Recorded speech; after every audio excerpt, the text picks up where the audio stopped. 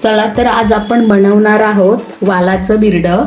वालाचं बिरडं बनवण्यासाठी आपल्याला लागणार आहे ते हे मी एक दिवस अगोदर हे वाल भिजत टाकलेले आहेत. नंतर ते दुसऱ्या दिवशी पाण्यातून काढून नंतर तिसऱ्या दिवशी त्याला मोड आणायला ठेवलेले आहेत.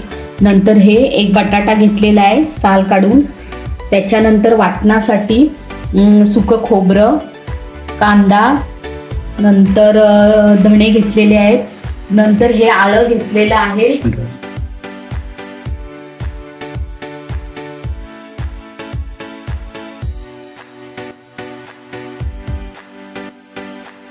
हे कांदा खोबऱ्याचं वाटण छानपैकी असं गुलाबी कलरचं करायचं. कांदा खोबरा आपला छानपैकी आता भाजलाय. आपण आता ह्याला वाटून घेऊया.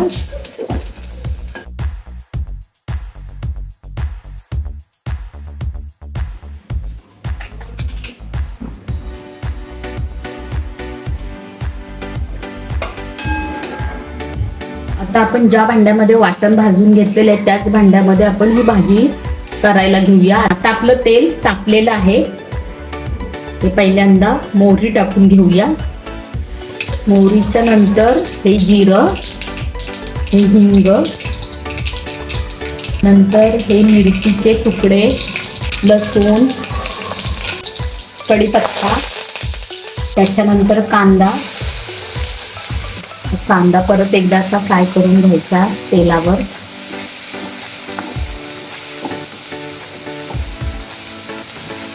फोडणी बघा कशी बसली आहे, एकदम झणझणीत. हे बघा आपला कांदा फ्राय झालेला आहे. आता आपण ह्याच्यामध्ये टोमॅटो टाकूया. टोमॅटो पण ह्या कांद्यावर असा छानपैकी फ्राय करून घेऊया. कांदा टोमॅटो आता आपला फ्राय झालेला आहे. आता आपण हे वाटून घेतलेलं जे वाटण आहे कांद्या खोबऱ्याचं ते टाकूया. ते आपण अंदाजे टाकून घ्यायचं, जेवढा तुम्हाला रस्सा पाहिजे तेवढं. मी हे वाटण पण ह्या कांदा आणि टोमॅटो मध्ये फ्राय करून घेते. आपण वाटण काही जास्त फ्राय करायची गरज नाहीये, कारण का ते आपण तेलावर पहिला कांदा आणि खोबरं भाजून घेतलेलं आहे.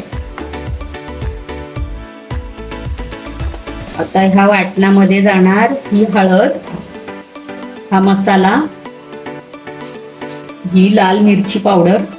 आता हे सगळे मसाले परत एकदा ह्या वाटणामध्ये असे फ्राय करून घ्यायचे.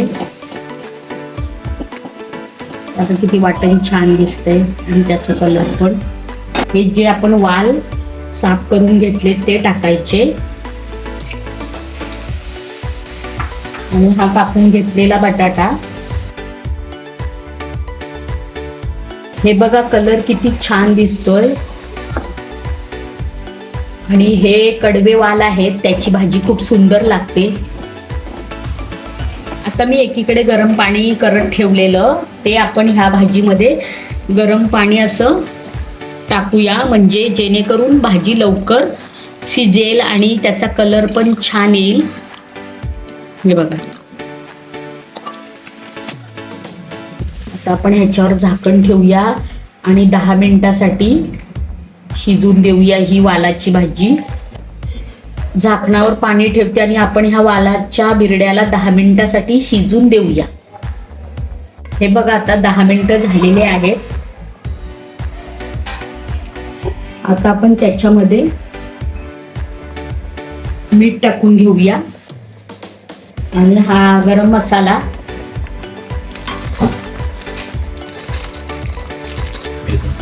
हे बघा किती छान असा कलर पण आलाय आणि सुगंध पण किती सुंदर येतोय वालाच्या बिरड्याचं. वालाचं बिरडं किती छान दिसतंय आणि जेवढं छान दिसतं तेवढं ते सुंदर पण लागतं.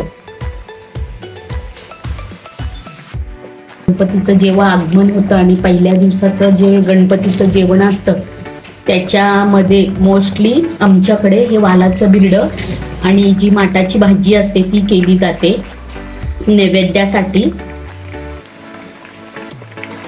आपलं वालाचं बिरडं रेडी झालेलं आहे. तुम्ही करून बघा. आवडल्यास लाईक, शेअर आणि सबस्क्राईब करायला विसरू नका.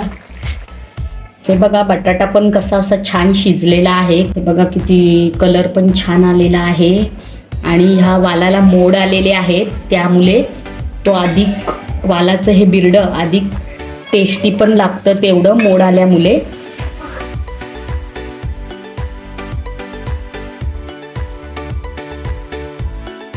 छानपैकी अशी वरून मस्त हिरवी अशी कोथिंबीर.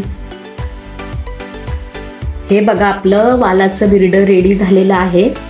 हे वालाचं बिरडं तुम्ही तांदळाची भाकरी किंवा गरम गरम वाफाळलेलं भात याच्याबरोबर नक्की खा. आवडल्या चॅनलला लाईक आणि शेअर करायला विसरू नका.